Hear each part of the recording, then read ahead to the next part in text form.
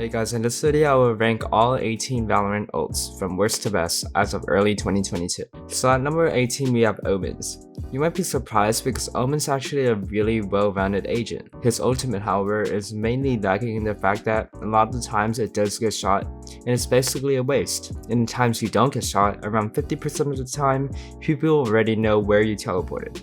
Most pros use the ult for info, but I think even something as simple as an hour drone could be better for that. 17 we have Yoru's ult. Now Yoru can gather info with his ult and use the shorty combo, but a lot of times you would want something with more value. It's hard to get kills and most Yorus I've seen just TP right after they gathered the info. It's good, but I would rather have something with more value like Phoenix's ult where you can kill people while still getting info. 16 we have Reyna's Empress. I'm actually surprised that I placed this that low because I kinda love this ult. The big problem especially is with the Vandals. It's hard to actually aim with them. Even with the faster fire rate and better visibility, it just feels like the spray is all over the place. 15 we have Breach's Rolling Thunder. Now some breaches can make this super effective with team coordination, but a lot of times in ranked, people aren't as coordinated, and the enemy just hides behind a wall until the days wears out. Many breaches don't utilize this as well, and many just ult and leave the site because you're just scared to rush in. 14 we have KO's ult. Now it does affect a big area, and the ult usually affects most players, unlike a breach ult, but I just don't think it's just that powerful. Even if it does suppress all the enemies, an ult that a lot of the times doesn't stop the push or kills anyone just doesn't feel all that useful. People still can gun you down most of the time. 13 is Brimstone's ult. Brimstone's ult does a ton of damage, and a lot of times it can force enemies to move and clear areas.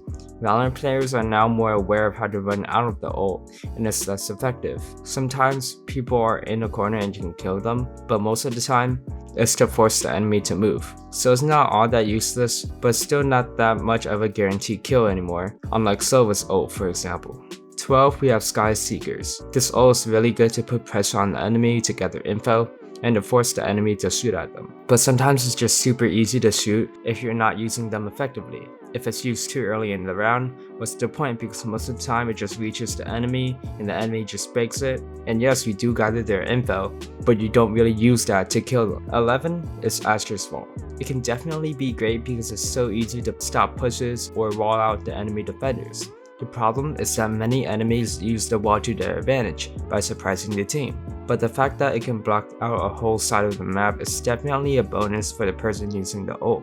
10 is Razor's ult. Razor's ult is great and is sometimes guaranteed a kill when you find someone. However, it's getting harder and harder to kill someone because they shoot you out first or hide in the higher ranks. It doesn't suck, but when the ult is 8 points, it kinda sucks because sometimes you still don't get a guaranteed kill. 9 is Cypher's Involt ult. I think it's great for 6 orbs. It can remake a whole push from the enemy, tell if they're rotating. The only problem is that you have to ult on a dead enemy. It's used less than most ults, but overall it's always gonna get you value, unlike Omens where you can just get shot in the ult most of the time anyways. 8 is Neon's ult. Now Neon's ult is really easy to get kills with, it's fast, it's hated because of how easy it is to get kills, but the problem is that the skill to use it is pretty low, and it's kinda easy to kill them with a gun.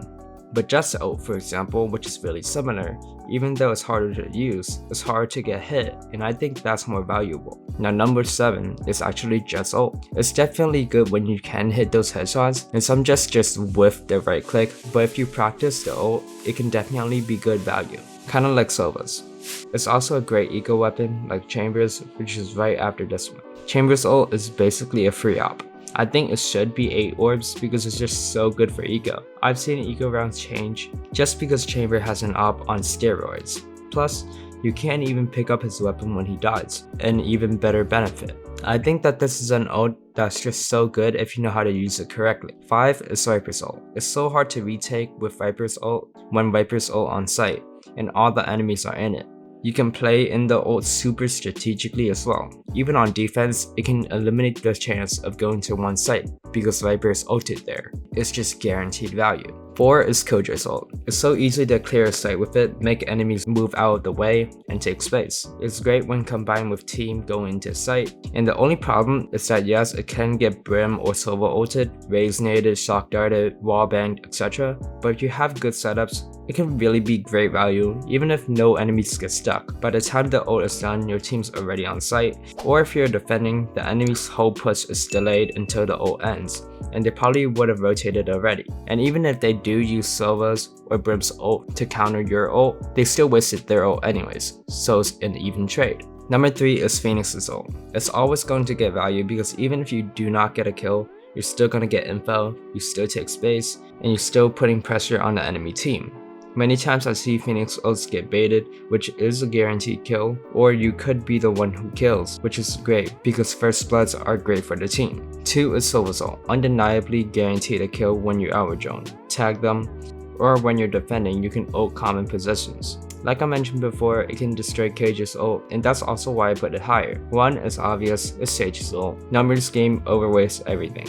For example, if you res your chamber or jet who still has their ult, it can double the value. It's just so much better to have a 2v1, or you can also res and bait. There's always that Sage who does bait and dies, but anyways, Sage's ult is just really OP. Alright guys, thanks for watching and have a good day.